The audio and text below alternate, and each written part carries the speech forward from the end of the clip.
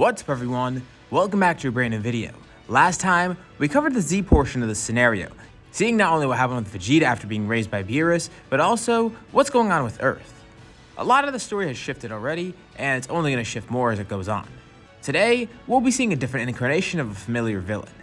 For this video, let's set a like goal of 3,500 likes. If we hit that, it lets me know that you guys want to see more videos like this, and it really helps with the channel, so be sure to drop a like. Anyways, let's pick up from here. After learning of Super Saiyan, Goku knows one thing. He needs it. He needs that transformation for himself. It seems awesome, and that'll be great for fights, and after seeing Vegeta's display in power, even though he couldn't sense Vegeta's power, he could just tell by how he fought. This guy was strong. Same for Beerus and Whis, they just stood by completely unfazed. But thankfully, Goku has a great opportunity ahead of him. Right before they leave Earth, Shin and Kibito ask, well, since the mortals here seem so weak, maybe they should train them up in order to avoid things like this in the future. It's their duty as Kais to do this. They're strong, but they weren't able to fight someone like this. But if Saiyans have the potential to get as strong as someone like Vegeta, maybe Goku should be trained by them. And of course, Goku's gonna jump at the opportunity, going to train with Shin and Kibito. Ready for whatever they have in store. Hopefully he can unlock Super Saiyan, or maybe even something better. He's not too sure, but he's gonna remain optimistic. The fact that he knows about Super Saiyan in general means that he's pretty motivated. There's a good shot that he's gonna get at least something. And it's pretty good timing too, because around the same time on Earth, a new threat is brewing, but it's not gonna be something that Goku can face alone. And for once, it might not be something that Vegeta could face alone. Amidst all the chaos with Buu, Jiro's drones kept collecting data, picking up data and DNA from all the fighters that were there. Keyword, fighters. Anyone who was just standing by doing nothing, the drones didn't really consider taking anything from them, mainly Beerus and Whis, but also some of the humans too. As far as he knew, they were just there to watch the show. But those drones did take data from the people that fought. Vegeta, Shin, Buu, Babidi, Deborah, and of course all the people that had already had data from. The data and DNA from all these fighters is collected, and Jiro is amazed. Cell's gonna be much stronger than he ever thought. He doesn't know who Vegeta is or how he even showed up here and why, but it doesn't matter. He has data from him. His power seemed amazing, not to mention there was that Buu guy too, who apparently has great regenerative properties, something that Cell already has, but this will just buff it even further. Plus, he's gonna have the magical abilities, ones from Buu, Babidi, and Shin, as well as strength from Vegeta, Deborah, and Buu. Cell is shaping up to be something special, and not too long after, he's born. And he's not imperfect. Remember, Jiro didn't actually make the other androids too, so he's just gonna be born perfect from the get-go. He doesn't need to absorb any other androids because Jiro was working on him longer anyways, and he decided not to make those other ones to rely on. And Jiro's amazed. It worked, and Cell, he seems strong. Stronger than Jiro could have ever imagined. But as soon as Cell awakens, he looks over at Jiro. Jiro introduces himself, telling Cell that they're ready to work together now. Together? No, Cell has different plans. He immediately executes Jiro. Glad that he was created, but he's not going to follow any of Jiro's orders. He's going to work in his own favor.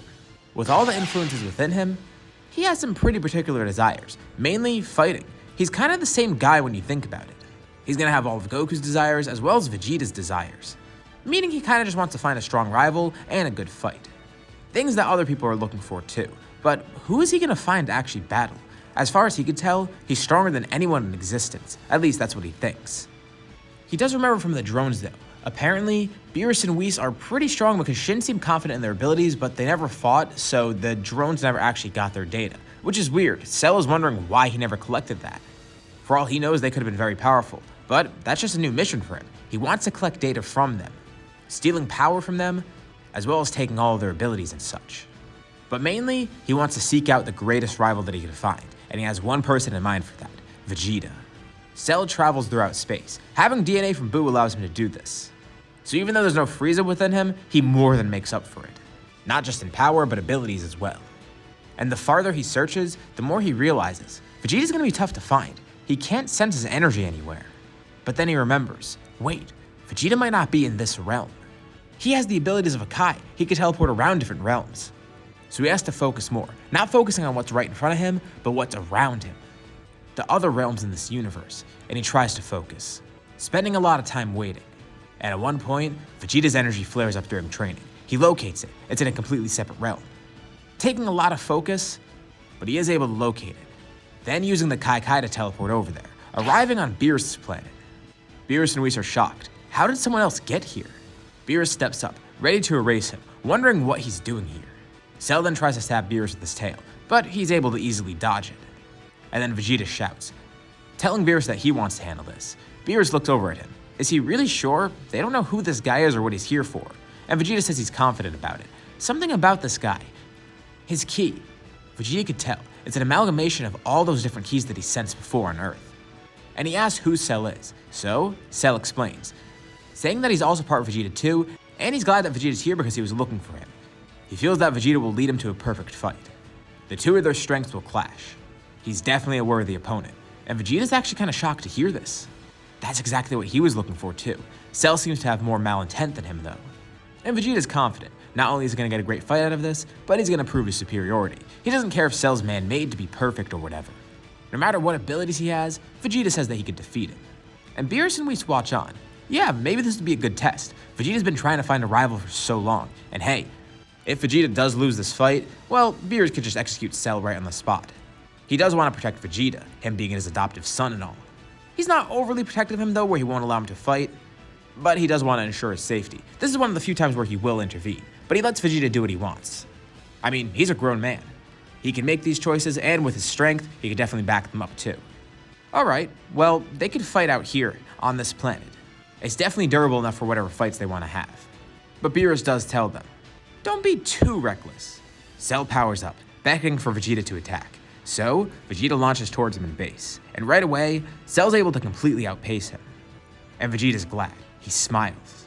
Cell wonders why he's acting like this, and Vegeta explains he's never encountered anyone that could fight his base form. And Cell grins too. So, he does have more transformations that he wants to show. I mean, Cell knows about them for sure. There's no point in hiding them. And that's exactly why Vegeta's happy. He actually gets to utilize them in a fight and have a challenge. First, he goes into Super Saiyan God. And even with this, it isn't able to do anything. And Cell recognizes the form too. Super Saiyan God, huh? Not as strong as he imagined it to be. At least fighting it in person. Vegeta goes all out, using everything he has in this form. He's only ever done this against Beerus, since he was the only one who could handle it. But Cell can actually handle it too. And Vegeta definitely wants to keep this guy around. But before that, he has to test more of his power, going into Super Saiyan Blue. And now, Cell actually has to get somewhat serious. Not very serious, but he can't just sit there taking the attacks. He knew Vegeta was powerful, but you also gotta remember, the data that he has is from Vegeta a while ago. Let's say about a year has passed since the Buu saga. Vegeta has continuously been training since then, so even though Cell is just stronger than that by default, Vegeta's also got a year of experience under his belt too. Experience that he didn't show before. And it makes the fight a lot more compelling. Although, Cell does display more of his own power. And this is where the battle really heats up. It becomes more widespread. Instead of just being in one location, they battle around the planet. Thankfully, the only spectators are Beerus and Whis, and they could pretty easily keep up with it. But if anyone else saw this battle, well, they wouldn't see it. They wouldn't know what was going on. This goes so far beyond mortal comprehension. And Beerus realizes, wait, if he has Vegeta's DNA, does he have any of theirs as well? Whis says that he can't sense any of it within Cell. But with Vegeta's DNA, he does have godly abilities now. Plus, Majin Buu is in there, as well as Shin. So that explains why Cell is so strong. He has access to godly ki, a pretty big amount of it in fact, but that also means he might have access to Vegeta's abilities. Which is good for Vegeta because it makes for a fun fight, but also does make things risky. Beerus definitely wants to keep a close eye on this battle. And he's actually glad to see Vegeta's facing a struggle for once. It'll be interesting to see how he performs. He's never seen Vegeta struggle before, at least not against someone else besides him.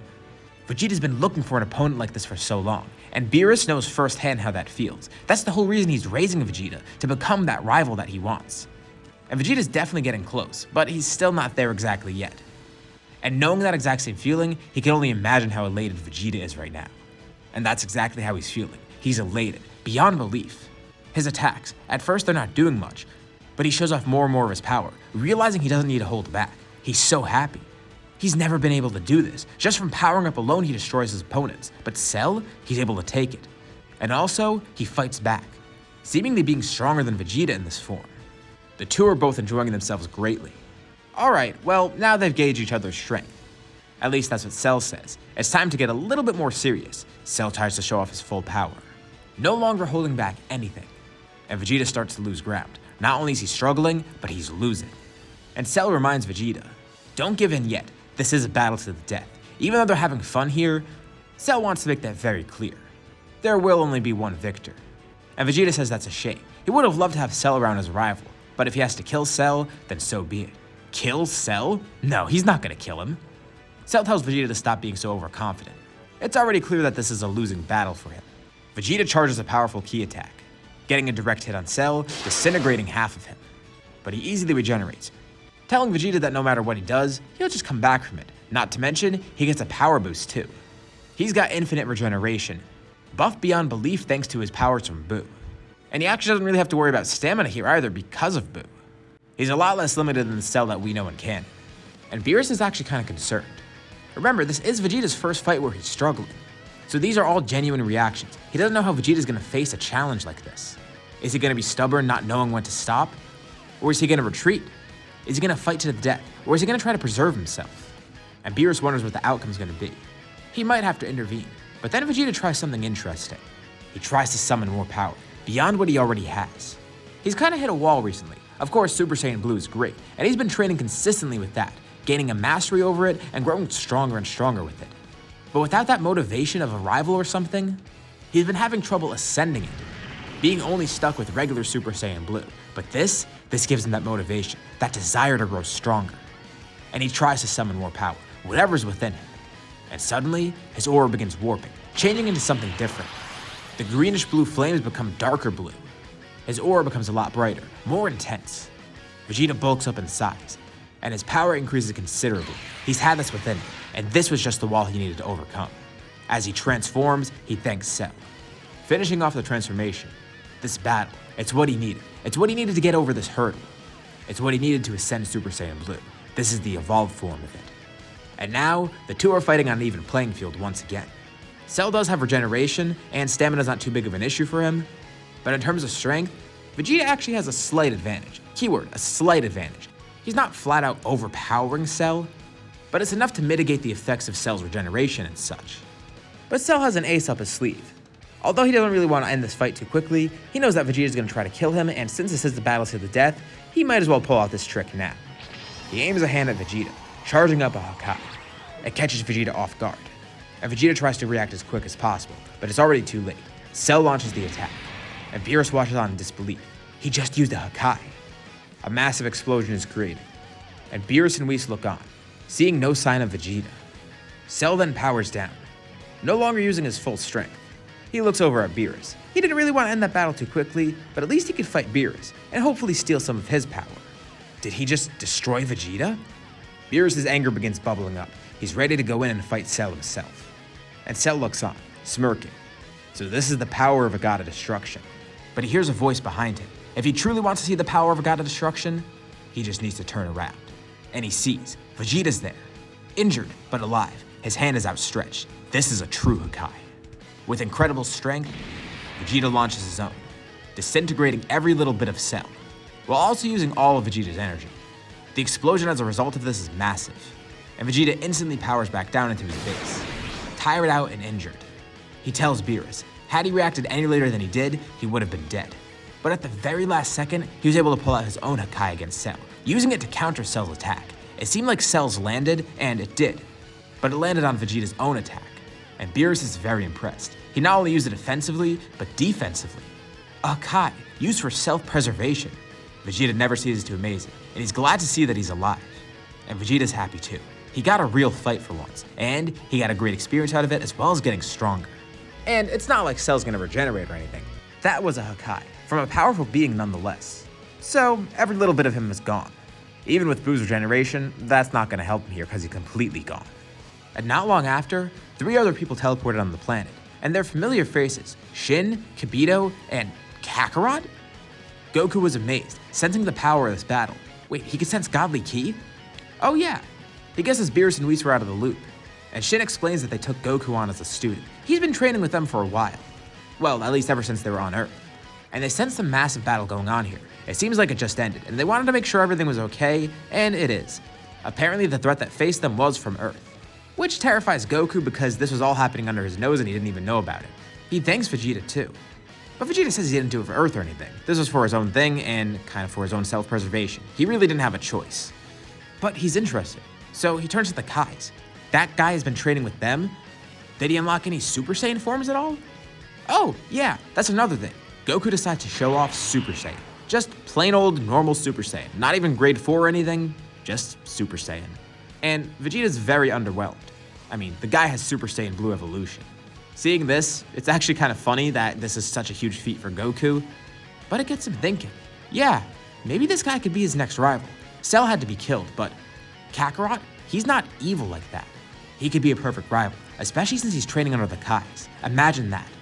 A candidate for God of Destruction, with a rival who's a candidate for Supreme Kai. He walks up to Kakarot, stretching out a hand, explaining what he has in mind. And Goku's intrigued, very intrigued. Of course, he has a long way to go, but he'll use that as motivation. He promises Vegeta, one day, they'll be perfect rivals for each other. And Vegeta smiles. What an odd twist of fate. Him meeting his other rival, and it's just another Saiyan. A low-class one at that. As the two shake hands, this is where we'll leave off for now. So, what did you guys think about this part? And what do you think's gonna happen next time in the finale? Leave your thoughts in the comments below, and I'll be sure to check them out to see what you guys think. Be sure to drop a like on the video if you liked it, and if you haven't already, why not subscribe? As well as hitting the bell icon to be notified about any future uploads on my channel. Anyways, thank you all for watching, and I'll see you all in my next video.